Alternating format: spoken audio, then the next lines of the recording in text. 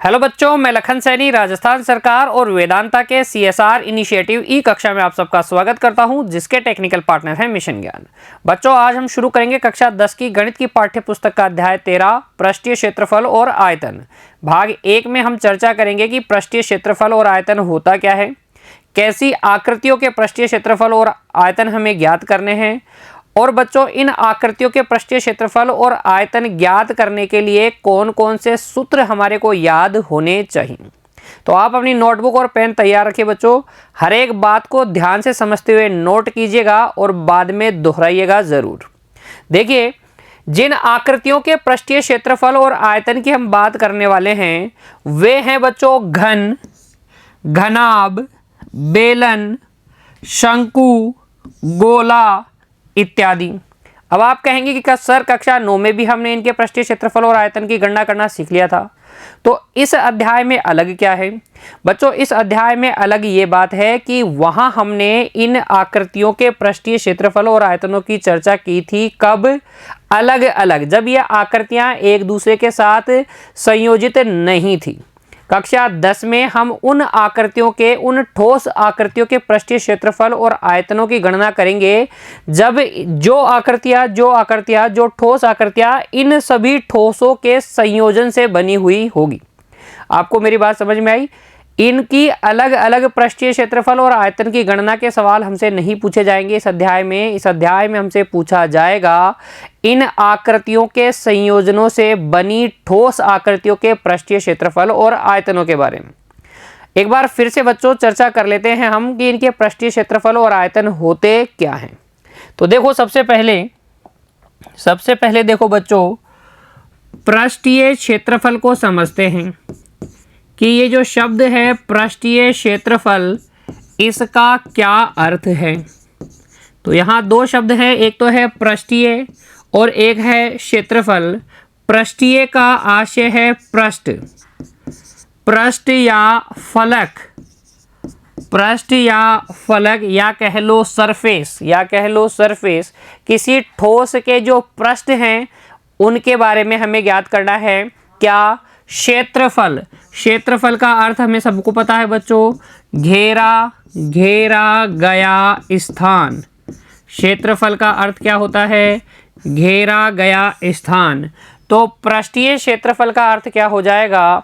किसी भी ठोस के पृष्ठों द्वारा घेरा गया स्थान उस ठोस का पृष्ठीय क्षेत्रफल होगा। दूसरे शब्द की चर्चा करते हैं, आयतन। किसी भी ठोस का आयतन या कह लो उस ठोस की धारिता, क्या होती है बच्चों? किसी भी ठोस आकृति की धारण करने की क्षमता, यानी कि कोई ठोस आकृति में जितना द्रव्य धारण करने की क्षमता होती है, जितना मैटर हम उसके अंदर भर सकते हैं, या यूँ कहें कि जितना मैटर उसके अंदर भरा हुआ होता है, उसकी मात्रा उस ठोस का क्या कहलाती है? आयतन कहलाती है। एक साधारण सा उदाहरण समझिए बच्चों, जैसे अगर हम बात करें किसी गेंद की, तो उस गेंद का पृष्ठीय क्षेत्रफल क्या होगा? वो गेंद जितना स्थान घेर रही है वो उसका पृष्ठीय क्षेत्रफल होगा। अब इस गेंद के अंदर, इस बॉल के अंदर जितनी हवा या जितना पानी या जितना द्रव्य, कोई भी पदार्थ हम जितना भर सकते हैं, उस भरे जा सकने वाले पदार्थ की मात्रा उस गेंद का क्या होगी? आयतन। तो जब भी हम सरफेस को काम में लेंगे, पृष्ठों को काम में लेंगे, हम बात कर रहे होंगे पृष्ठीय क्षेत्रफल की। और जब भी हम बात करेंगे कुछ भरा जाने वाला है या क्या भरा जा सकता है, कितना भरा जा सकता है, कुछ ऐसी बात हम जब कर रहे होंगे तो हम बात कर रहे होंगे उस ठोस आकृति के आयतन की। आगे बात समझ में आपको? पृष्ठीय क्षेत्रफल और आयतन क्या होता है। अब जल्दी बच्चों हम रिवाइज कर लेते हैं, हम दोहरा लेते हैं इन आकृतियों के पृष्ठीय क्षेत्रफल और आयतनों के सूत्रों को। देखिए, सबसे पहले हम बात करते हैं घन की। तो जैसे ही किसी प्रश्न में हमसे कहा जाएगा घन के बारे में, हमें तुरंत याद आ जाना चाहिए बच्चों कि एक ऐसे ठोस आकृति की बात हो रही है जो 6 समान वर्गाकार पृष्ठों से घिरकर बनी है। घन क्या होता है? 6 समान वर्गाकार पृष्ठों से घिरकर बने ठोस को क्या कहते हैं? घन कहते हैं। तो घन कहते ही याद आना चाहिए 6 समान वर्गाकार पृष्ठों से घिरकर बनी बंद आकृति। इसका देखो बच्चों, प्रत्येक पृष्ठ क्योंकि क्या होता है? वर्गाकार होता है, इसलिए घन के प्रत्येक पृष्ठ का क्षेत्रफल हो जाएगा भुजा स्क्वायर। किसी भी घन का प्रत्येक पृष्ठ वर्गाकार होगा, वर्ग का क्षेत्रफल होता है भुजा स्क्वायर, तो घन के प्रत्येक पृष्ठ का क्षेत्रफल हो जाएगा भुजा स्क्वायर। कोई दिक्कत नहीं होगी इस सूत्र को याद रखने में आपको। घन के प्रत्येक पृष्ठ का क्षेत्रफल भुजा स्क्वायर। घन में 6 वर्गाकार पृष्ठ होती है, इसलिए संपूर्ण पृष्ठीय क्षेत्रफल, घन का संपूर्ण पृष्ठीय क्षेत्रफल 6 गुणा भुजा स्क्वायर। फिर घन का आयतन क्या होता है? आधार का क्षेत्रफल गुणा ऊंचाई, अर्थात भुजा स्क्वायर गुणा भुजा, यानी कि भुजा क्यूब। किसी घन की भुजा अगर a है तो उसका एक पृष्ठ का क्षेत्रफल होगा a स्क्वायर, सभी 6 पृष्ठों का क्षेत्रफल होगा 6a स्क्वायर। इसका आयतन होगा a का क्यूब। इसका आयतन क्या होगा? a का क्यूब, और संपूर्ण पृष्ठीय क्षेत्रफल होगा 6a स्क्वायर। याद रह जाएंगे ना बच्चों आपको। फिर देखिए इस घन के विकर्ण की लंबाई होगी भुजा गुणा √3। तो ये 4 बातें आपको घन के बारे में याद होनी चाहिए, क्यूब के बारे में। इन चारों बातों को आपको हमेशा ध्यान में रखना है। प्रत्येक पृष्ठ का क्षेत्रफल, संपूर्ण पृष्ठीय क्षेत्रफल, आयतन और विकर्ण की लंबाई के सूत्र, ठीक है ना? याद कर लेंगे ना आप इसे। चलिए फिर आगे अगला देखिए। अब घनाभ, दूसरी ठोस आकृति हमारे पास है घनाभ, इंग्लिश में क्यूबॉइड। देखो क्यूबॉइड क्या होता है? बिल्कुल घन के जैसी ही परिभाषा है। वहां पर क्या थे? 6 वर्गाकार पृष्ठ थे, समान आकार के थे। यहाँ पर क्या है? 6 आयताकार पृष्ठ हैं। 6 के 6 आयतों का समान होना जरूरी नहीं है। जैसे ये आयत बड़ा दिख रहा है, ये आयत आपको छोटा दिख रहा होगा। तो घन के लिए जरूरी है कि जो 6 वर्गाकार पृष्ठ हैं समान हो, लेकिन घनाभ के लिए जरूरी नहीं है कि जो आयताकार पृष्ठ है वो समान हो। लेकिन आमने सामने वाली आयताकार पृष्ठ क्या होंगी? इसमें समान होंगी बच्चों। तो हम कह सकते हैं 6 आयताकार पृष्ठों फलकों से घिरकर बनी ठोस आकृति को घनाभ के दूसरे नाम देखो बच्चों, आयतफलकी, समषटफलकी कहते हैं। तो घनाभ, आयतफलकी, समषटफलकी एक ही ठोस के नाम है। होता क्या है?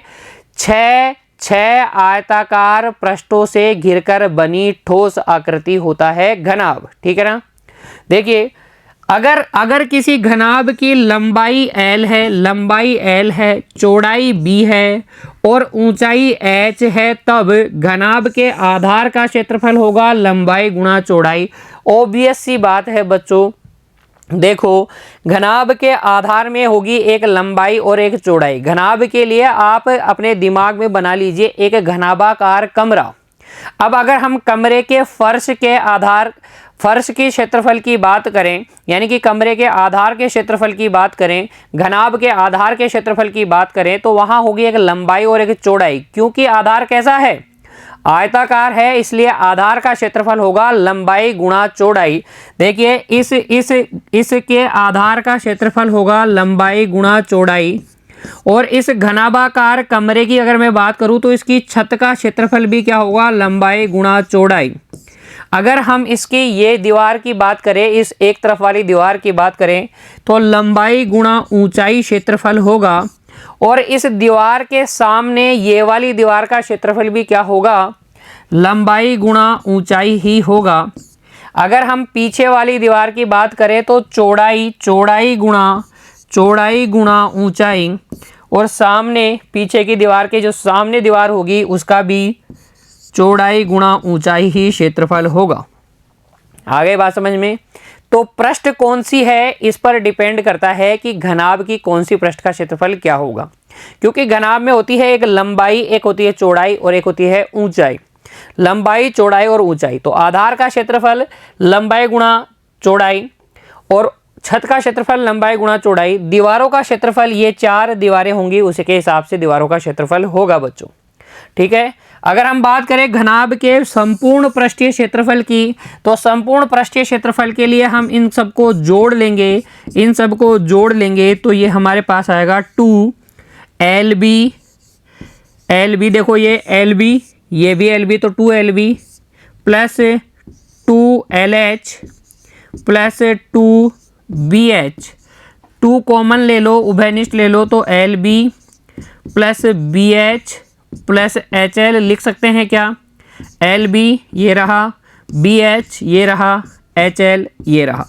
तो 2 गुणा लंबाई गुणा चौड़ाई प्लस चौड़ाई गुणा ऊंचाई प्लस ऊंचाई गुणा लंबाई क्या हो जाएगा, घनाभ का संपूर्ण पृष्ठीय क्षेत्रफल हो जाएगा।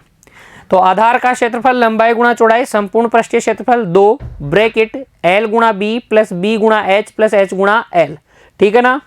फिर देखो घनाभ का आयतन, घनाभ का आयतन क्या होता है, आधार का क्षेत्रफल, आधार का क्षेत्रफल गुणा ऊंचाई, लंबाई गुणा चौड़ाई गुणा ऊंचाई, घनाभ का आयतन वॉल्यूम VLBH आपको याद रखना है। घनाभ का आयतन होता है L गुणा B गुणा H। फिर देखिए घनाभ का पार्श्व पृष्ठीय क्षेत्रफल, पार्श्व पृष्ठीय क्षेत्रफल का मतलब हो गया चारों दीवारों का क्षेत्रफल। आधार वाले तल को छोड़ दीजिए, छत वाले तल को छोड़ दीजिए, चारों दीवारों का क्षेत्रफल क्या होगा, यहाँ ध्यान दीजिए, इनको तो छोड़ दीजिए, इनको तो छोड़ दीजिए, इन चारों को जोड़ लीजिए तो 2LH plus 2BH, 2H common आ गया, 2H कॉमन आ गया, अंदर बच गया L प्लस B, तो 2 गुणा ऊंचाई ब्रैकेट लंबाई प्लस चौड़ाई, पार्श्व पृष्ठीय क्षेत्रफल या यूं कह लीजिए किसी घनाभाकार कमरे की चारों दीवारों का क्षेत्रफल 2 गुणा ऊंचाई ब्रैकेट में लंबाई प्लस चौड़ाई, 2 गुणा ऊंचाई लंबाई प्लस चौड़ाई क्या होता है, lateral surface area of cuboid घनाभ का पार्श्व पृष्ठीय क्षेत्रफल होता है। तो घनाभ के बारे में आप याद रखेंगे आधार का क्षेत्रफल, संपूर्ण पृष्ठीय क्षेत्रफल, घनाभ का आयतन, घनाभ का पार्श्व पृष्ठीय क्षेत्रफल और एक और बात घनाभ के विकर्ण की लंबाई। देखिए घनाभ के विकर्ण की लंबाई या यूं कह लीजिए घनाभाकार कमरे में रखी जा सकने वाली सबसे बड़ी छड़ की लंबाई वो होती है √L² plus B² plus H², यानी कि लंबाई चौड़ाई और ऊंचाई के वर्गों के योगफल का वर्गमूल घनाभ का क्या होता है, विकर्ण की लंबाई होती है। तो ये 1 2 3 4 और 5 बातें आपको घनाभ के बारे में याद रखनी है बच्चों। फिर देखिए अगली आकृति, अगले ठोस की बात करते हैं, बेलन, अंग्रेजी में बोलेंगे सिलेंडर। बेलन या सिलेंडर कैसा ठोस होता है, बेलन या सिलेंडर बच्चों एक ऐसा ठोस होता है जिसके 2 अनुप्रस्थ काट कैसे होते हैं, वृत्ताकार होते हैं, यानी कि जो इसके अंत सिरे होते हैं वो कैसे होते हैं, वृत्ताकार होते हैं, और एक ये पाइप के जैसा ठोस होता है। परिभाषा के लिए आप लिख सकते हैं 2 वृत्ताकार अनुप्रस्थ काट वाला एक पाइप जैसा ठोस बेलन कहलाता है। देखिए ये 2 इसके वृत्ताकार अनुप्रस्थ काट हैं, वृत्ताकार क्या है, अनुप्रस्थ काट है। इस शब्द से परिचित हो जाइए बच्चों, अनुप्रस्थ काट विज्ञान विषय में भी आपने पढ़ा होगा जब आपने ओम का नियम पढ़ा होगा, तो वहाँ एक तार की बात होती है, अनुप्रस्थ काट के क्षेत्रफल की बात होती है। तो यहाँ पर देखिए इसके अंतिम सिरे कैसे हैं, इस बेलन के अंतिम सिरे हैं कैसे, वृत्ताकार। तो ये अंतिम सिरे जो हैं जिस आकृति के होते हैं वही उसका अनुप्रस्थ काट होता है। तो इस बेलन पाइप जैसे ठोस का अनुप्रस्थ काट होता है वृत्ताकार।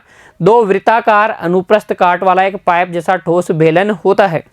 अच्छा, तो वृत्ताकार अनुप्रस्थ काट हैं तो फिर इन आधार में ये वृत्त जो बना हुआ है, ये जो वृत्त बना हुआ है इसकी कोई त्रिज्या r होनी चाहिए और इस पाइप की कुछ ऊंचाई होनी चाहिए, इस बेलन की कुछ ऊंचाई h होनी चाहिए।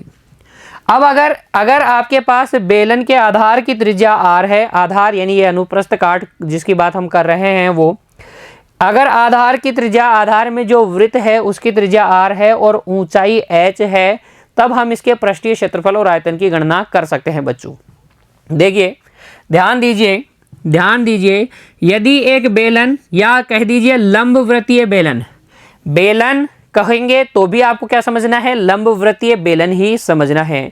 लंबवृत्तीय बेलन का अर्थ यह है कि इसका आधार और जो शीर्ष है बच्चों, ये समान त्रिज्या के वृत्त हैं। ये एक समान रूप से बना हुआ एक बेलन है, बस इतना सा समझिए आप। यदि एक बेलन या लंबवृत्तीय बेलन के आधार की त्रिज्या r है, आधार की त्रिज्या क्या है, r है, और ऊंचाई h है, तब बेलन के आधार का क्षेत्रफल होगा pi r square. Pi r square होगा कि नहीं, देखो, अरे भाई आधार में आपको दिख रहा है वृत्त है और वृत्त की त्रिज्या अगर r है, इस वृत्त की त्रिज्या अगर r है तो इसका क्षेत्रफल क्या होगा, पाई आर स्क्वायर होगा। ये भी r ही त्रिज्या का है तो इसका क्षेत्रफल भी क्या होगा, पाई आर स्क्वायर ही होगा। तो किसी लंबवृत्तीय बेलन के आधार का क्षेत्रफल होता है पाई आर स्क्वायर, जहां r क्या है, बेलन के आधार की त्रिज्या है, यानी आधार में जो वृत्त है उसकी त्रिज्या है।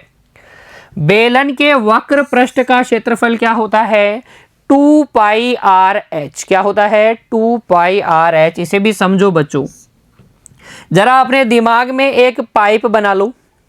बना लिया आपने पाइप, अब कैंची लो और इस पाइप को काट दो।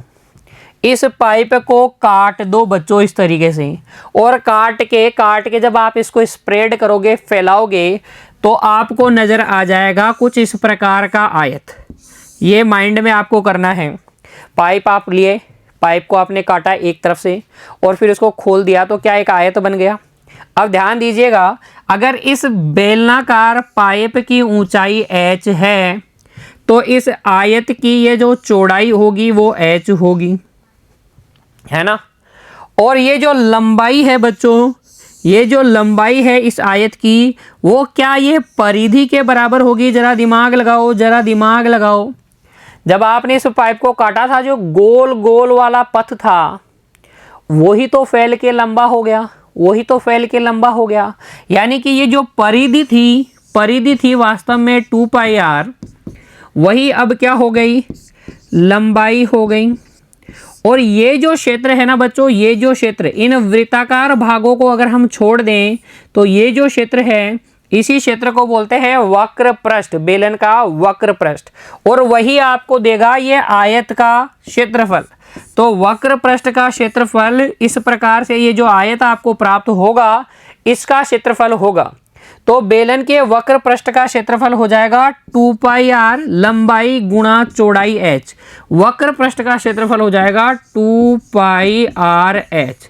आ गया समझ में किस प्रकार से हम बेलन के वक्र पृष्ठ का क्षेत्रफल प्राप्त करते हैं। फिर बढ़िए बच्चों आगे, बेलन का संपूर्ण पृष्ठीय क्षेत्रफल देखो। फिर ऊपर वाले वृत्ताकार भाग का क्षेत्रफल पाई आर स्क्वायर, वक्र पृष्ठ का क्षेत्रफल 2 पाई आर एच, आधार का क्षेत्रफल पाई आर स्क्वायर, सबको जोड़ लो। Pi r square plus 2 pi r h plus pi r square, ये पाई आर स्क्वायर, ये pi r square, 2 pi r square हो गया।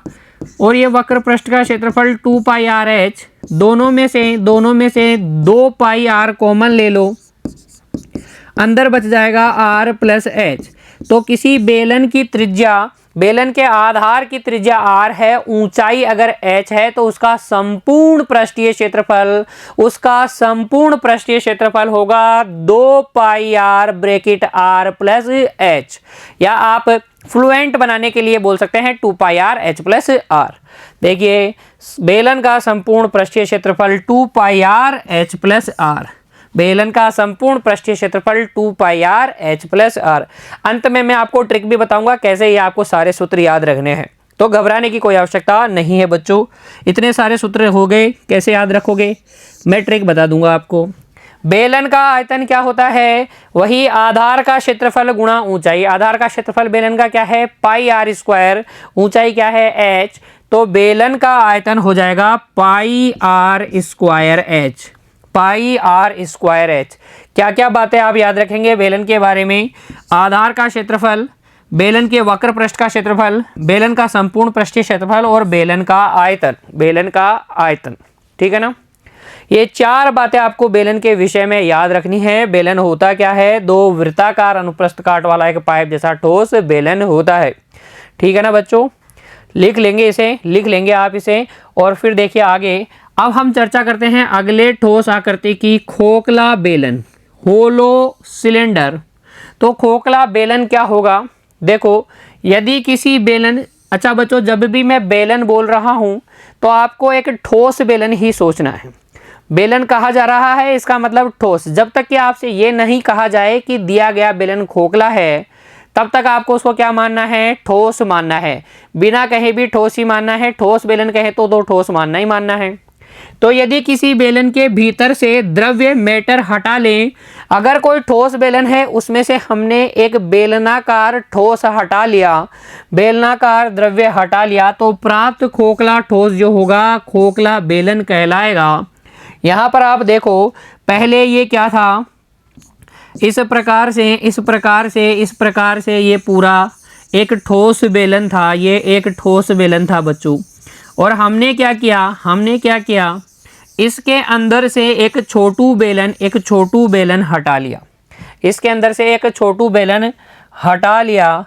तो ये जब हमने ये वाला बेलन इसमें से हटा लिया, ये वाला बेलन हमने इसमें से हटा लिया, तो हटा लेने के बाद जो ठोस आकृति हमारे पास बच गई उसे हम क्या कहेंगे? खोखला बेलन कहेंगे। अब देखो खोखले बेलन के बारे में, ये जो है यहाँ से यहाँ तक, इसे हम कहते हैं खोखले बेलन की ऊंचाई। ठीक है, जितना ऊंचा ये है वो खोखले बेलन की ऊंचाई। लेकिन जब हम हटाएंगे तो एक अंदर जो सरफेस आ जाएगी, अंदर जो पृष्ठ आ जाएगी, वो खुद एक बेलनाकार पृष्ठ होगी।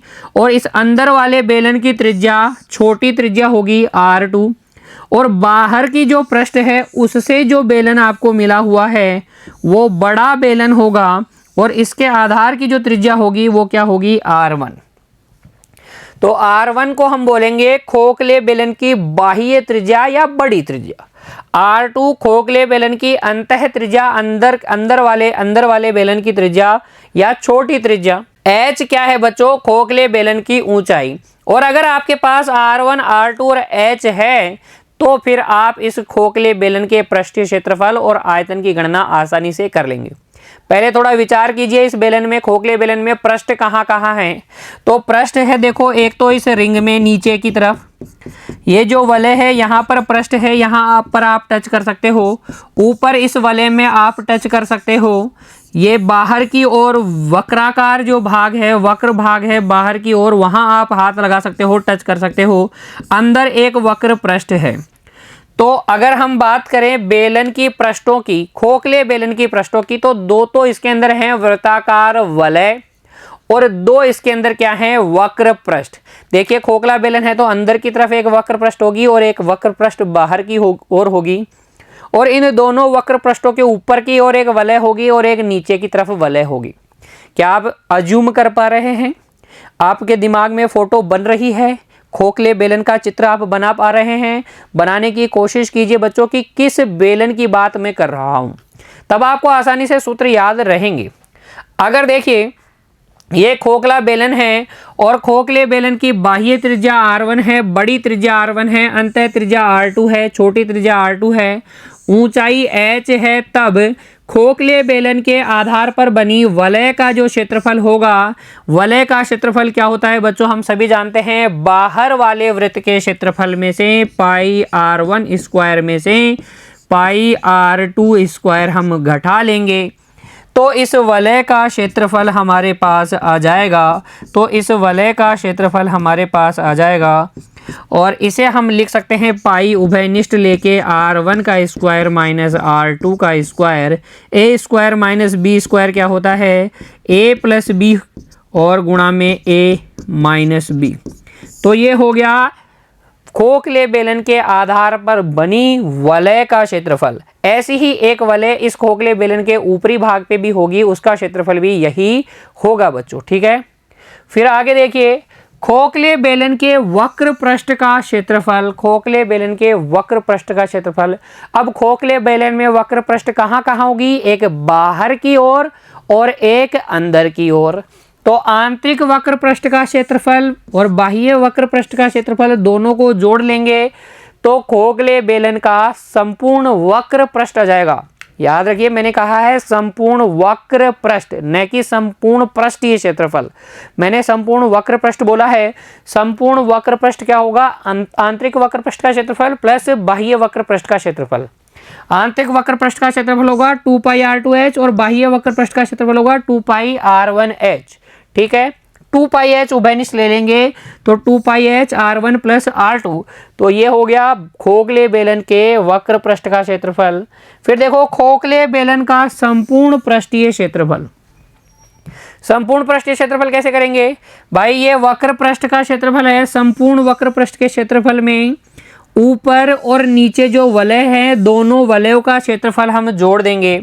तो देखो एक वलय का क्षेत्रफल तो था, एक वलय का क्षेत्रफल तो था पाई r1 plus r2 r1 minus r2, 2 का कितना हो जाएगा, 2 से गुणा कर देंगे, 2 से गुणा कर देंगे। अब देखो 2 पाई r1 प्लस r2 कॉमन आ जाएगा इन दोनों में से, ये कॉमन आ जाएगा, अंदर बच जाएगा r1 minus r2 plus h। तो खोखले बेलन का संपूर्ण पृष्ठीय क्षेत्रफल हो गया है 2 पाई r1 plus r2 r1 minus r2 plus h।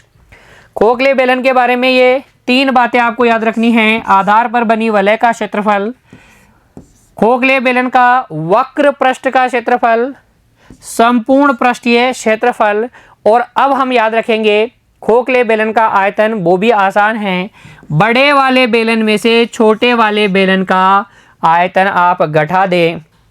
ये जो बड़ा वाला बेलन है, बाहर वाला बेलन आपको दिख रहा है, इसमें से ये जो आपने छोटू बेलन निकाल लिया है, ये निकाल लिया है, उसका आयतन घटा दें तो बचे हुए द्रव्य का आयतन इसके अंदर आ जाएगा। बचे हुए ठोस खोखले बेलन का आयतन आपके पास आ जाएगा pi r1 square h minus pi r2 square h। Pi h दोनों में से उभयनिष्ठ ले लेंगे तो pi h r1 square minus r2 square, a square minus b square वाली सर्वसमीका लगाओगे तो वॉल्यूम, खोखले होलो सिलेंडर का volume pi h r1 plus r2 r1 minus r2 आ जाएगा। आप इस तरीके से खोखले बेलन का आयतन याद रखेंगे, पाई h r1 plus r2 bracket में r1 माइनस r2। ठीक है ना, 4 बातें आपको खोखले बेलन के बारे में भी याद रखनी है। अगली आकृति की चर्चा करते हैं। अब देखो शंकु या कोन, हम सब ने आइसक्रीम कोन खाया है बच्चों, कभी ना कभी हमने आइसक्रीम कोन खाया है। तो वैसा एक ठोस क्या होता है, शंकु कहलाता है। एक वृत्ताकार आधार वाला जोकर की टोपी या कह लीजिए आइसक्रीम कोन जो हमने खाया है हमेशा, पेंसिल की नोक, शार्प की हुई पेंसिल की नोक को भी ध्यान से देखो तो के समान ठोस क्या कहलाता है, शंकु कहलाता है। जोकर की टोपी, आइसक्रीम कोन, पेंसिल की नोक के समान एक वृत्ताकार आधार वाला ठोस, ऐसा ठोस क्या कहलाता है, शंकु कहलाता है। तो इसमें आधार वृत्ताकार होता है तो इसमें आधार की कोई एक त्रिज्या r होगी, इस शंकु की कोई एक ऊंचाई भी होगी, इस शंकु की कोई एक ऊंचाई भी होगी h, और ये जो है बच्चों इसे हम सभी जानते हैं, ये जो तिरछी वाली है, ये तिरछी वाली ऊंचाई इसको हम बोलते हैं l, और ये बनता है एक समकोण त्रिभुज, एक बनता है समकोण त्रिभुज। तो अगर हमें शंकु के बारे में, शंकु के आधार की त्रिज्या ज्ञात है, दूसरा उसकी ऊंचाई ज्ञात है, तीसरा उसकी तिर्यक लंबाई ज्ञात है, इन तीनों में से कोई 2 भी ज्ञात है ना बच्चों, तो हम इस शंकु के पृष्ठीय क्षेत्रफल की गणना कर सकते हैं, इसके आयतन की गणना कर सकते हैं। कैसे, देखो सबसे पहले यदि एक शंकु या लंबवृत्तीय शंकु के आधार की त्रिज्या r है, तिर्यक ऊंचाई l है और ऊंचाई h है, तो इन तीनों में एक संबंध होता है, कर्ण स्क्वायर बराबर आधार स्क्वायर प्लस लंब स्क्वायर, जैसा ही एल स्क्वायर बराबर R square plus H square. देखो समकोण त्रिभुज में दिखी गया होगा, आपने देख लिया होगा, एल स्क्वायर बराबर H square plus R square. कोई दिक्कत नहीं है ना। तो अगर 2 ज्ञात है तो तीसरी भी आपको ज्ञात ही समझो, तीनों आपको ज्ञात है। अगर कोई भी 2 ज्ञात है तो तीसरी आप ज्ञात कर लेंगे। कैसे, इस संबंध की सहायता से एल स्क्वायर बराबर R square plus H square. Important है, छोटे मार्क्स एक मार्क्स में से पूछा जा सकता है आपसे कि शंकु की ऊंचाई, त्रिज्या और तिर्यक ऊंचाई में क्या संबंध है। तो आपको लिखना होगा तिर्यक ऊंचाई का वर्ग बराबर होता है ऊंचाई और त्रिज्याओं के वर्गों के योगफल के। एल स्क्वायर बराबर R square plus H square. शंकु के आधार का क्षेत्रफल, आधार वृत्ताकार होता है तो पाई आर स्क्वायर। शंकु के वक्र पृष्ठ का क्षेत्रफल पाई आर एल। ये जो पृष्ठ है ना, ये जो पृष्ठ है घूमी हुई, ये जो पृष्ठ है ये है वक्र पृष्ठ, इसका क्षेत्रफल होता है पाई आर एल। आधार का क्षेत्रफल पाई आर स्क्वायर। अगर हम बात करें संपूर्ण पृष्ठीय क्षेत्रफल की तो pi R L plus pi r square. दो ही तो पृष्ठ हैं, दोनों को जोड़ लेंगे। पाई आर उभयनिष्ठ आ जाएगा, अंदर बच जाएगा एल प्लस आर। तो pi R L plus R क्या होगा, शंकु का संपूर्ण पृष्ठीय क्षेत्रफल pi R L plus R. शंकु का आयतन 1/3 पाई आर स्क्वायर एच। अब बच्चों ये सबसे ज्यादा कंफ्यूज करता है आप सब लोगों को, क्यों? क्योंकि बेलन के आयतन के समान ही सूत्र है पाई आर स्क्वायर एच। तो कभी आप बेलन के आयतन के सूत्र में 1/3 लगा देते हो और शंकु के में से हटा देते हो, तो ऐसा नहीं करना है। दोनों को सेपरेट याद रखो, दोनों को सेपरेट याद रखो।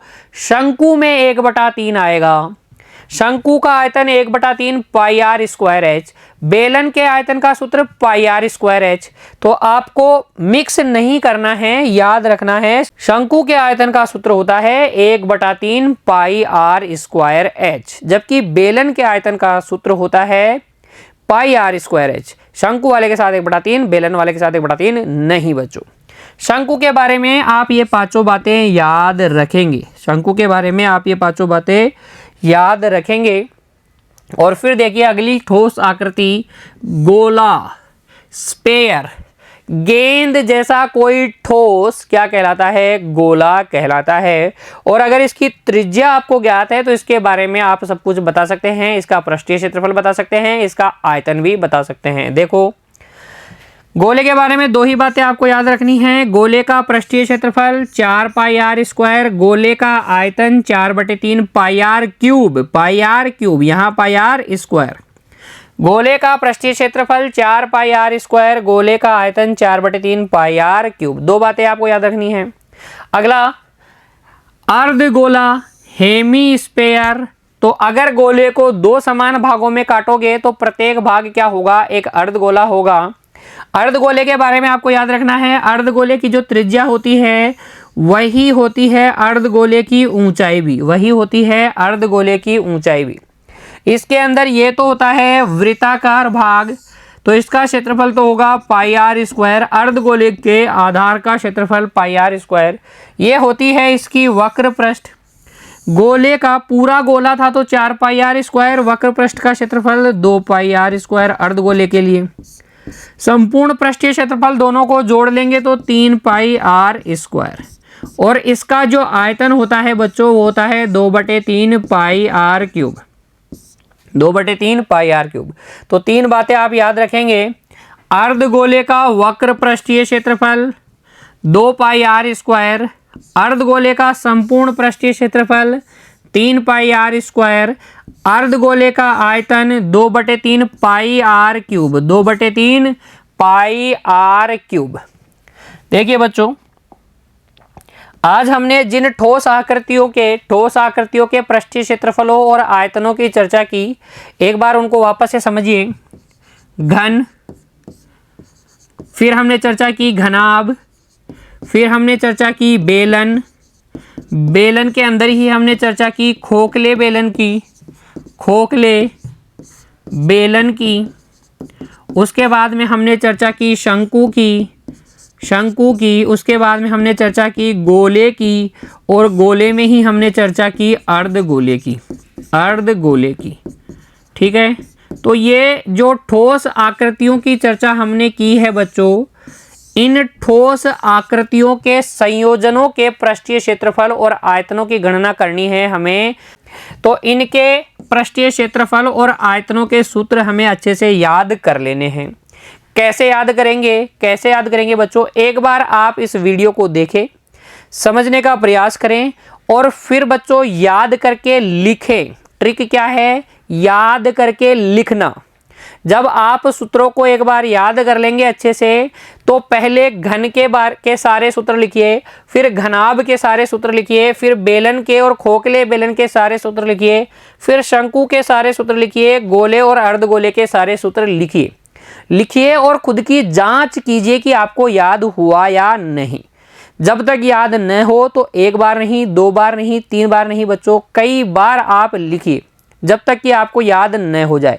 क्योंकि अगर ये सूत्र आपने याद नहीं किए तो अध्याय को फिर आप भूल जाइए, वो आपको समझ में नहीं आने वाला, या समझ में आ भी गया तो आप उन प्रश्नों को तो हल नहीं कर पाएंगे। सूत्रों को याद करना बहुत ही महत्वपूर्ण है। उम्मीद करता हूँ आप हर एक सूत्र की अच्छे से प्रैक्टिस करेंगे, उसको लिख के याद करेंगे बच्चों।